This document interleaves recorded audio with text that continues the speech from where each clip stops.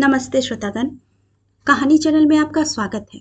आइए सुनते हैं मृदुला सिन्हा जी की कहानी दत्तक पिता। एक माह पूर्व ही हरिद्वार स्थित एक वृद्धाश्रम से उसके नाम पत्र आया था। उसके पिता महेंद्र सिंह के बीमार होने की सूचना थी। मेज पर पड़े उस पत्र को जब तब उलट पुलट कर देखता, एक एक शब्द से पिता की स्थिति का अनुमान लगाता बेचैन हो उठता था सिद्धार्थ। चैन भी उसी पत्र से मिलता था। अम्मा नहीं रही। अंतिम समय भी वह उन्हें अपना मुंह नहीं दिखा सका। ऐसी क्या व्यस्तता थी?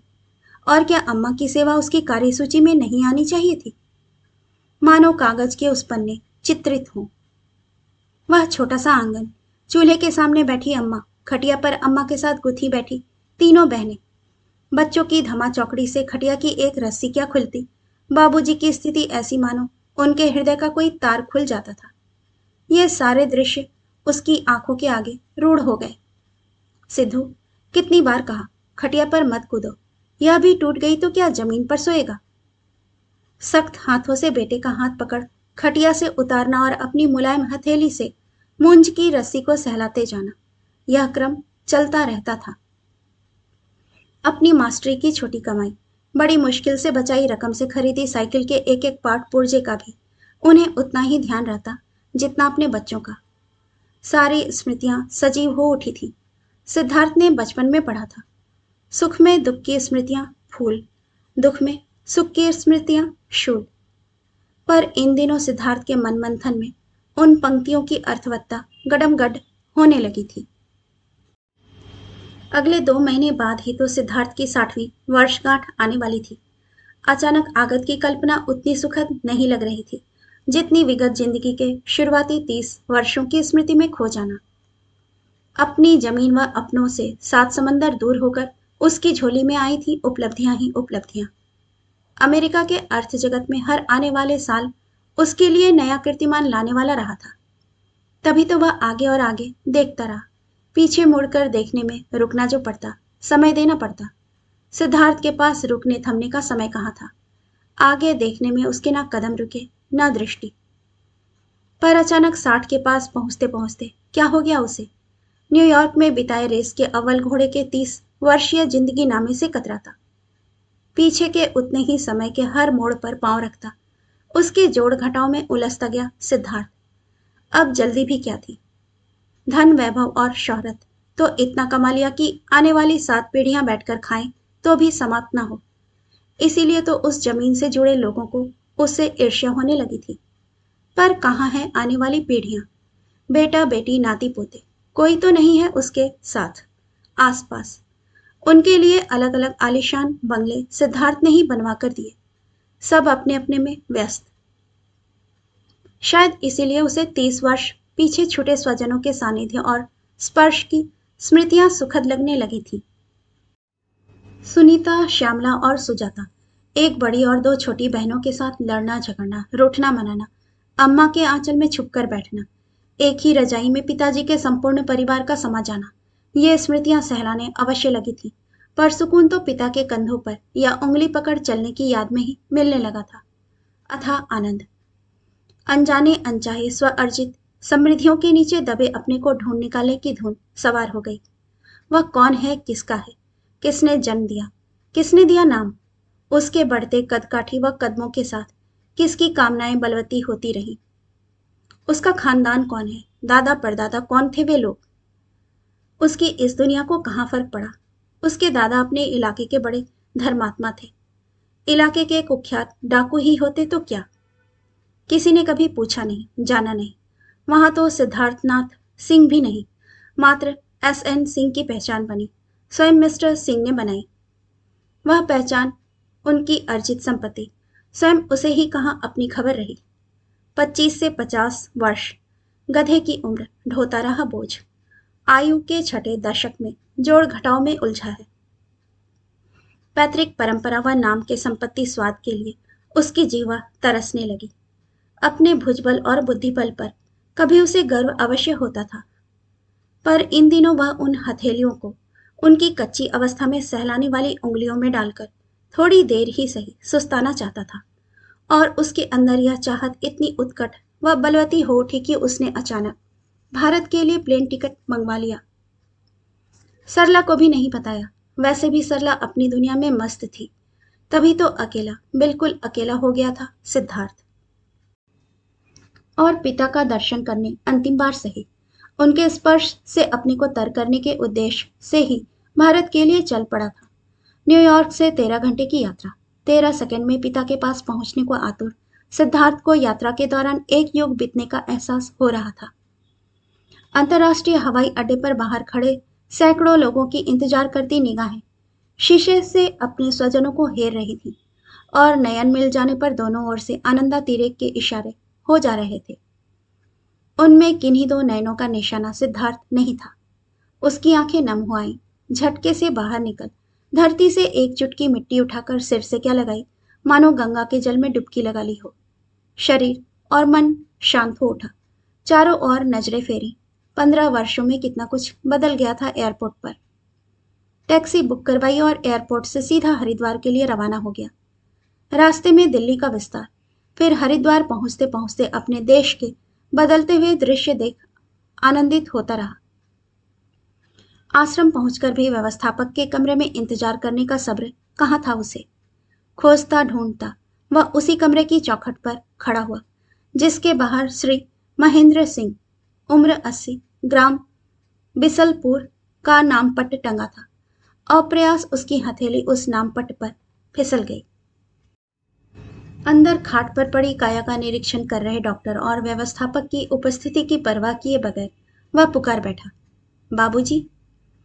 सधा हुआ बाण मानो प्रतिदिन धनुष से निकल लक्ष्य भेदन का अभ्यास रहा हो।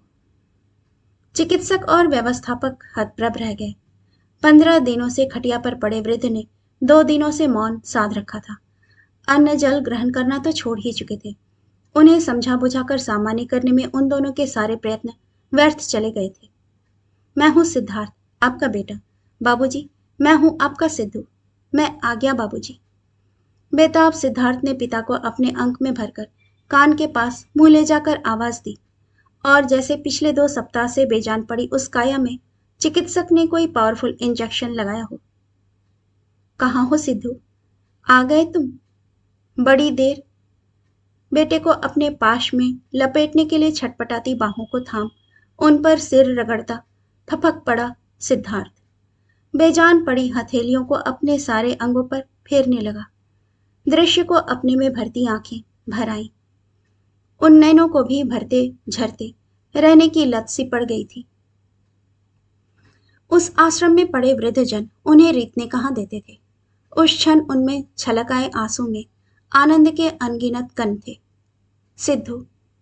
सिर पर लंबे बाल, लंबी सफेद दाढ़ी, बढ़ी हुई बेतरतीब मूछों के बीच छुपे पोपले मुख से निकली पुकार की अनगुंज से आंगन का प्रांगण गुंजायमान हो गया।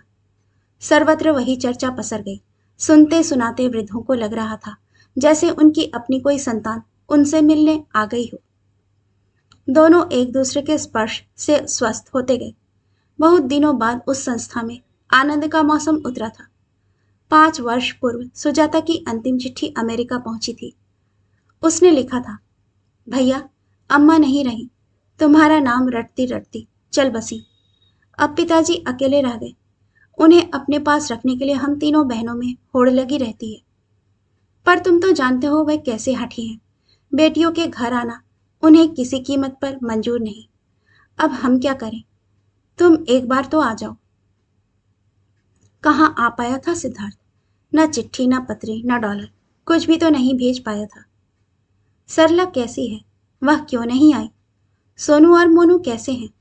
कैसी है मोनू की जर्मन बीबी? कितने सवाल, और उन सवालों के उत्तर में प्रतीक्षित निगाहें मानो चिर प्रतीक्षारत रही हूं। तभी तो सिद्धार्थ के उत्तर सुन पुलक उठती थी। सिद्धार्थ भी ऋण मुक्त होना चाहता था। बचपन में हजारों सवाल पूछे थे अपने बाबूजी से। आश्रम वासियों के देखते देखते वृद्ध की स्वेच्छा मृत्यु वरण का संकल्प शनैः शनैः समाप्त हो गया। उन 80 वर्षीय नजरों में जीने की आस के साथ एक नई शक्ति का पुनर्जन्म हो गया। सिद्धार्थ को उनके मुख से अपनी बाल क्रीड़ा के वर्णन सुन अथाह आनंद की प्राप्ति हो रही थी। उन प्रसंगों के वर्णन में डुबकी लगाते उसे अपने विशाल कद के लघुत्तम होने की कोई परवाह भी नहीं थी। आश्रम की सूखी रोटी, दाल और बिना मिर्च मसाले वाले सब्जी के रस में डूबे रहना, जमीन पर बैठना, तख्त पर लेटना, गर्मी की तपिश, कुछ भी तो अटपटा नहीं लग रहा था। अमेरिका में बिताए लंबे समय में कठिनतम श्रम से भी उसके बदन पर कभी एक बूंद पसीना नहीं निकला। मई मास में पसीने से तरबतर उसका शरीर मानो वर्षों बाद सावन की फुहार से भीगा हो।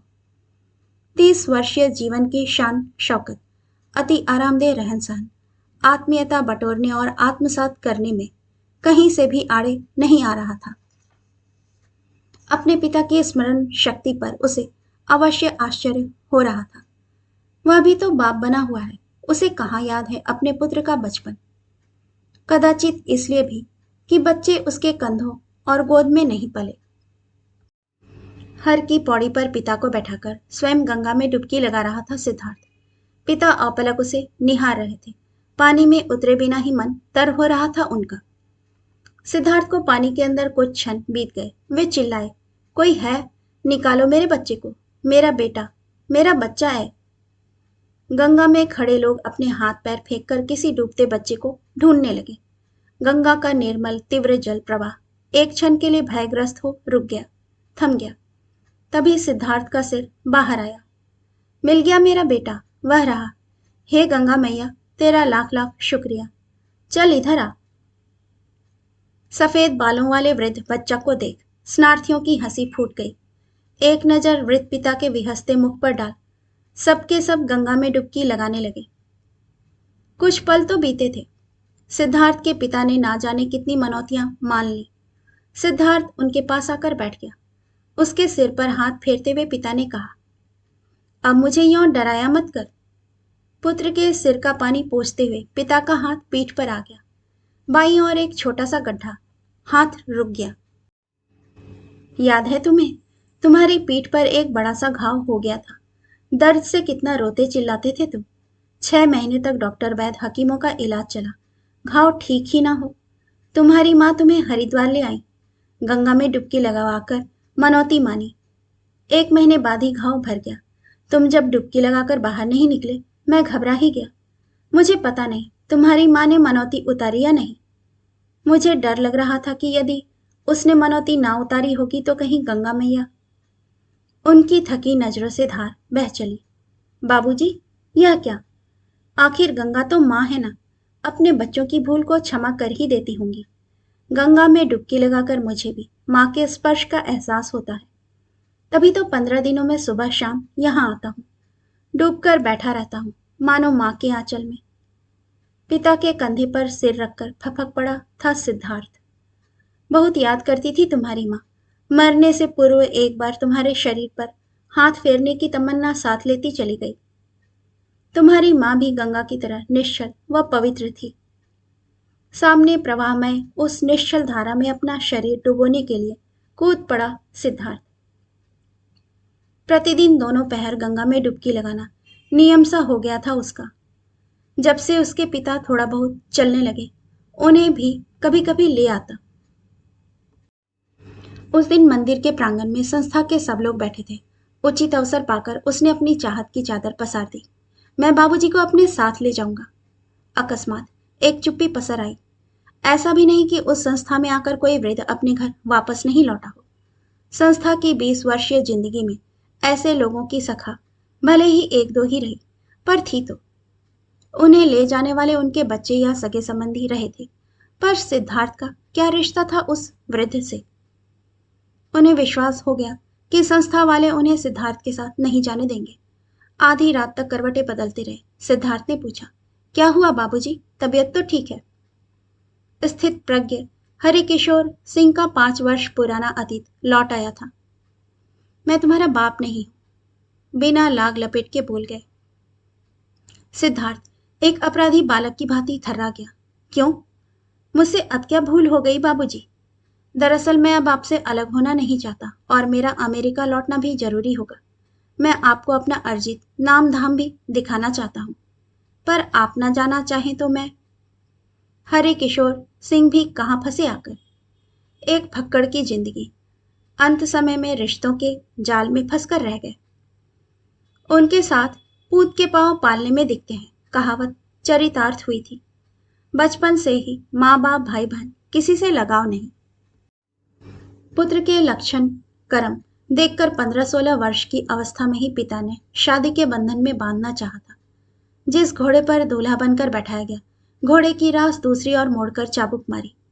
घोड़े ने दुल्हन के दरवाजे पर जाने की दिशा क्या बदली, हरि किशोर जी के भी जीवन की दिशा बदल गई। आज यहाँ कल वहां, लुकते छिपते भागते दौड़ते, भारत माँ को बंधनहीन कराने का जुनून। उनके जैसे हजारों पुत्रों के त्याग बलिदान से भारत माँ स्वतंत्र हुई। अनेक संस्थाएं देश समाज की रचना में लग गई। हरि किशोर सिंह भी एक राष्ट्रवादी संस्था के सदस्य बन गए। पारिवारिक मोहमाया से दूर, बहुत दूर, आसक्ति का स्वाद ही नहीं चखा। प्रौढ़ावस्था भी कट गई। यौवन प्रौढ़ावस्था तो बिना सहारे के भी कट जाते हैं। बचपन और बुढ़ापे को सहारे की आवश्यकता होती है, और ये दोनों अवस्थाएं ही एक दूसरे का सहारा होती हैं। जब उन्हें सहारे की आवश्यकता पड़ी, इस समाज में भी एक नई संस्कृति ने जन्म ले लिया था। वृद्धाश्रमों की संख्या इस देश में भी बढ़ने लगी। भागते दौड़ते थक चुके थे हरि किशोर सिंह। 75 की आयु में उनके शरीर को मात्र सुस्ताने की आवश्यकता पड़ी थी, परंतु वे तो उस संस्था में आकर अपने कमरे के साथ ही महेंद्र सिंह द्वारा बहाई माया मोह की सरिता में डूबने उतराने लगे। सुरसरी के किनारे बैठकर लौकिक जीवन में डूबते गए। महेंद्र सिंह अपने पुत्र मोह में ऐसे जकड़े थे कि सारा वातावरण मोहपाश में बंध गया था। दिन रात अपने मित्र को सुनते सुनते हरि किशोर जी को आसक्ति के स्वाद का चस्का क्या लगा, डूब ही गए। इतना कि दोनों में कोई अंतर ही नहीं रहा। दोनों के कदकाठी रंग रूप की साम्यता देखकर संस्था वाले कहा करते थे, दोनों जुड़वा भाई ही लगते हैं। क्या पता हिंदी फिल्मों की तरह बचपन में बिछुड़कर बुढ़ापे में मिले हों। महेंद्र सिंह की मृत्यु के बाद इसका अंदाजा लोगों को लगा। दोनों के हृदय और प्राण भी एक हो गए थे, ठीक जुड़वा भाई की तरह। एक के बीमार होने पर दूसरा भी बीमार होता है। हरि किशोर जी ने भी मृत्यु को वरण करने की ठान ली। सिद्धार्थ के आने पर भी उसका मोहभंग नहीं होने दिया। जहां सिद्धार्थ को अपने पिता के सानिध्य से तृप्ति मिल रही थी, वहीं हरि किशोर सिंह भी चलते चलते ही सही पुत्र सानिध्य का स्वाद चख लेना चाहते थे। तृप्त हो रहे थे दोनों, एक जाने दूसरा अनजाने। अपने सिरहाने से एक डायरी निकालकर सिद्धार्थ को देते हुए उन्होंने सख्त शब्दों में कहा, यह है तुम्हारे पिता की डायरी। इसके हर पन्ने पर तुम अंकित हो। यह डायरी मेरे लिए गीता है, रामायण भी। तुम्हारे पिता ही कृष्ण और दशरथ हो गए मेरे लिए। तो पकड़ो, पढ़ो, उल्टो तो। मेरी ओर क्या टकटकी लगाए देख रहे हो? तुम्हारे पिता उस डायरी में है, मेरे चेहरे में नहीं। अपने पन में भीगी झिड़की एक आज्ञाकारी पुत्र की भूमिका निभाता सिद्धार्थ डायरी के पन्ने पलटने लगा। उस जर्जर निष्प्राण काया को सहारा देकर उठाते बैठाते, सेवा शुश्रूषा से उसमें जान फूंकते एक बार भी सिद्धार्थ को बाप बदल जाने का शक नहीं हुआ था। पूरी डायरी पढ़ लेने के बाद तो और भी निश्चित लग रहा था कि उस दैनंदिनी को जीने भोगने वाला उसके सामने बैठा व्यक्ति ही तो था। सच है कि बालक वृद्ध एक समान हो जाते हैं। दो नवजात शिशुओं का भी अंतर कहाँ दृष्टिगोचर होता है। छौर गृह में बदले बच्चे को भी जच्चा अपनी कोख का जाया समझ हृदय से लगाती है, स्तनपान कराती है। उसके क्रंदन पर भी उसकी छाती में दर्द उठता ही है। पिता के अंतरंग को ही अपना असली बाप समझ एक प्रसूति माँ की भूमिका निभाते सिद्धार्थ को आश्रम के व्यवस्थापक ने भी कहाँ छेड़ा, कहाँ रोका। उस आश्रम के एक सदस्य की जान बिना दवा दारू के जो लौट आई थी। संस्था वालों को पता था कि 5 वर्षों से हरि किशोर जी और महेंद्र सिंह जी साथ रहते रहते एकाकार हो गए थे। मात्र 15 दिन पूर्व हुई महेंद्र सिंह जी की मृत्यु के उपरांत हरि किशोर जी ने इच्छा मृत्यु को वरण करने का निश्चय कर लिया था। अन्न जल छोड़ चुके थे। सिद्धार्थ ने कुछ दिन देर की होती तो शायद हरि किशोर जी के शरीर में अपने पिता की आत्मा का दर्शन और स्पर्श नहीं कर पाता। भारत आकर भी प्यासा ही लौटना पड़ता उसे। हरि किशोर सिंह का विनीत वात्सल्य उभर पड़ा। सिद्धार्थ, अपने पुत्र जन्म और उसके लालन पालन के समय भी तुझे पिता की याद नहीं आई? अक्सर ऐसा होता नहीं है। स्वयं बाप बनकर हर नौजवान अपने पिता को अवश्य याद करता है। पर तुम्हें तुम्हें मैं क्या बताऊं, कितना तड़पता था तुम्हारा बाप तुम्हारे लिए। सिद्धार्थ के पिता की तड़प जीवंत हो आई थी हरिकिशोर जी की वाणी में। सिद्धार्थ को सिर रखकर रोने के लिए जांग मिल गई थी। बिलक बिलक कर रोया था सिद्धार्थ। स्वयं परित्यक्त बाप जो था, मृत बाप की याद में घुल मिल गया था बेटा से विलगाव का दर्द। 15 वर्ष पूर्व उसने पिता को देखा था। सुजाता की शादी में अंतिम बार वह भारत आया था। तब उसने अम्मा बाबूजी से अमेरिका चलने का बड़ा आग्रह किया था। वे नहीं माने थे। बिसलपुर के 2 कमरे के घर और उस खानदानी जगह के लोगों का मोह वे नहीं त्याग पाए थे। 5 वर्ष पूर्व तक कभी पिताजी, श्यामला, सुनीता तो कभी सुजाता की चिट्ठी पहुंचती रही थी। शायद पत्रों का निर्यात करते करते स्वजन भी थक गए थे। रिश्ते तो आदान प्रदान से जीवित रहते हैं। महीना भर संग साथ रहकर भी उसकी प्यास बुझी नहीं थी, बढ़ती गई थी। तभी तो उसने पिता को अपने साथ ले जाने का प्रस्ताव रखा था। प्रस्ताव के उपरांत संस्था वालों के लिए वे फिर से हरिकिशोर सिंह थे, महेंद्र सिंह नहीं। सिद्धार्थ की चाहत इतनी प्रबल और स्वाभाविक थी कि किसी से अस्वीकार करते बन नहीं रहा था। उस पर अविश्वास का भी सवाल कहाँ था। सवाल मात्र परंपरा का था, परंपरा से जुड़े कानूनी प्रावधान का था।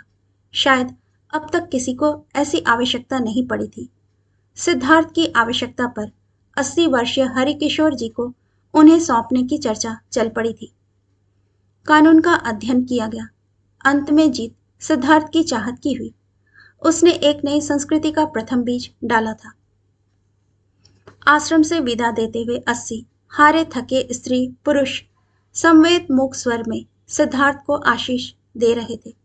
आकांक्षा दफन की उस शमशान भूमि में अचानक एक ख्वाहिश अंकुरित हुई थी। काश हमें भी कोई यहां से ले जाता।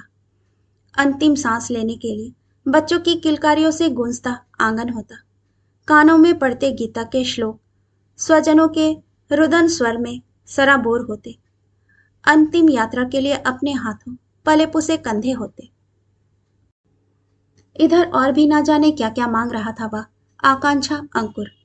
उधर न्यूयॉर्क के लिए उड़ान भरते हवाई जहाज की गति के साथ हरिकिशोर जी की बची हुई जिंदगी में भी एक नया उफान आया।